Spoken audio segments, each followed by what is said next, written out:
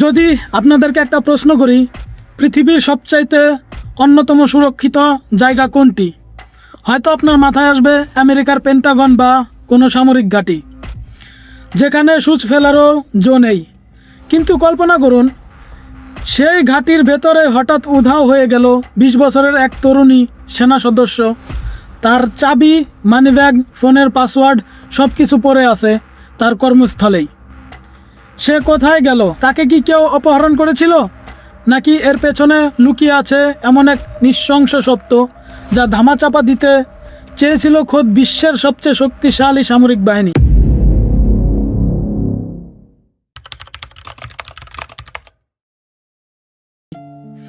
এই মর্মান্তিক গল্পের কেন্দ্রে রয়েছে ভ্যানেসা গুইলেন। 1999 সালের 30 সেপ্টেম্বর টেক্সাসের হিউস্টনে এক মেক্সিকান অধিবাসী পরিবারে জন্ম নেয় ভ্যানেসা। তার বাবা রোগিও গুইলেন এবং মা গ্লোরিয়া গুইলেন ভালো জীবনের আশায় মেক্সিকো থেকে আমেরিকায় এসেছিলেন। পরিবারের 6 ভাই বোনের মধ্যে ভ্যানেসা ছিল অত্যন্ত প্রাণবন্ত। ছোটবেলা থেকেই সে ছিল প্রচণ্ড পরিশ্রমী এবং খেলাধুলায় আসক্ত। স্কুল জীবনে সে ট্র্যাক, ক্রস কান্ট্রি এবং সকল খেলায় অংশ নিত। ক্লাসেও সে ছিল মেধার স্বাক্ষর। একজন শিক্ষার্থী ছোটবেলা থেকেই তার একটি বিশেষ শখ ছিল ভাইয়ের খেলনা বন্দুক নিয়ে খেলে আর দেশ সেবার স্বপ্ন দেখে। তার এই স্বপ্ন সত্যি হয় 2018 সালে। মাত্র 18 বছর বয়সে যখন সে মার্কিন যুক্তরাষ্ট্র সেনাবাহিনীতে যোগদান করে, তাকে ট্রেনিংয়ের পর পোস্টিং দেওয়া হয় আমেরিকার অন্যতম বড় সামরিক ঘাঁটি টেক্সাসের ফোর্ট হুড-এ। সে কাজ করত স্মল আর্মস অ্যান্ড আর্টিলারি রিপেয়ারার হিসেবে। প্রথম থেকে সবকিছু ঠিকঠাকই ছিল। পরিবারকে সে বলতো সে তার কাজ ভালোবাসে, কিন্তু কেউ জানতো না এই চকচকে সামরিক ঘাঁটির আড়ালে তার জন্য কি অপেক্ষা করছে। 2020 সালের এপ্রিল মাস। পুরো বিশ্ব তখন করোনা মহামারীর আতঙ্কে লকডাউনে বন্দী।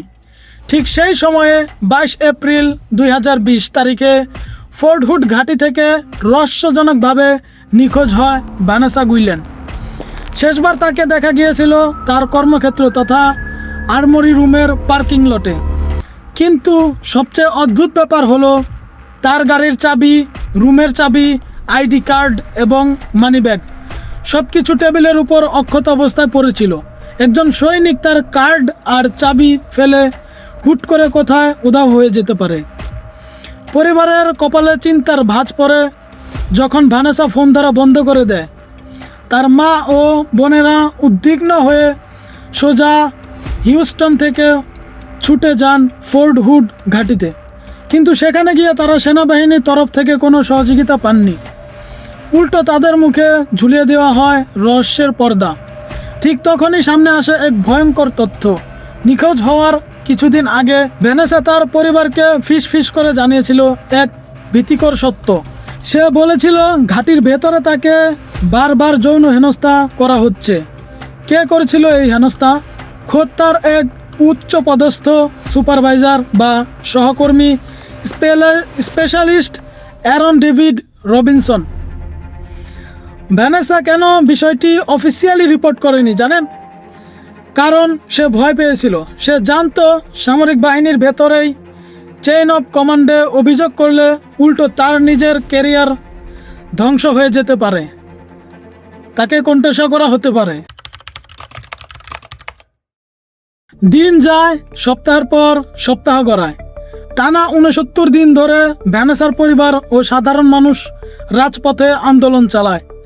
অবশেষে 2020 সালের 30 জুন নিখোঁজ হওয়ার 2 মাস পর ঘাঁটি থেকে 30 মাইল দূরে নিয়ন নদীর তীরের মাটিতে তল্লাশি চালায় তদন্তকারীরা।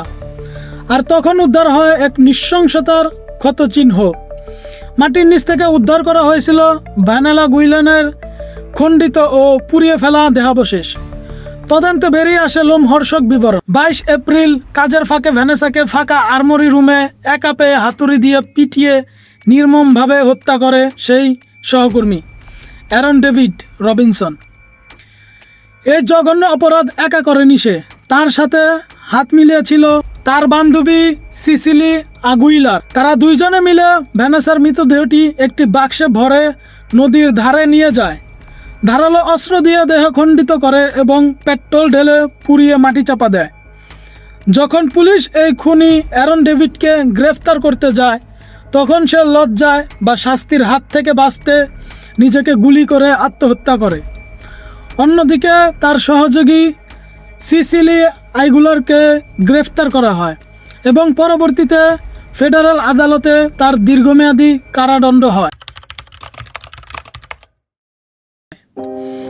একটি মেয়ের চলে যাওয়া নাড়িয়ে দিয়েছিল পুরো যুক্তরাষ্ট্রকে। ভ্যানেসার পরিবার এবং তার বোন মাইরা গুইলেন হাল ছাড়েননি। তারা মার্কিন কংগ্রেস এবং তৎকালীন রাষ্ট্রপতির সাথে দেখা করে লড়াই চালিয়ে যান। তাদের এই অদম্য লড়াইয়ের ফলে আমেরিকার সামরিক আইনে ঐতিহাসিক পরিবর্তন আসে। সেনাবাহিনীতে যৌন হেনস্থার বিচার প্রক্রিয়া পুরোপুরি বদলে ফেলা হয় এবং এটিকে সামরিক আইনের অধীনে একটি আলাদা ফৌজদারি অপরাধ হিসাবে গণ্য করা হয়। ভ্যানেসা গুইলেন হয়তো আজ বেঁচে নেই, কিন্তু তার নাম আমেরিকার ইতিহাসে এমন এক প্রতিবাদের প্রতীক হয়ে রয়েছে যে প্রতিবাদ শিখিয়েছে কিভাবে ন্যায় বিচারের জন্য এক পরিবার একাই লড়াই করে যেতে পারে আস্ত এক সিস্টেমের বিরুদ্ধে। আপনার কি মনে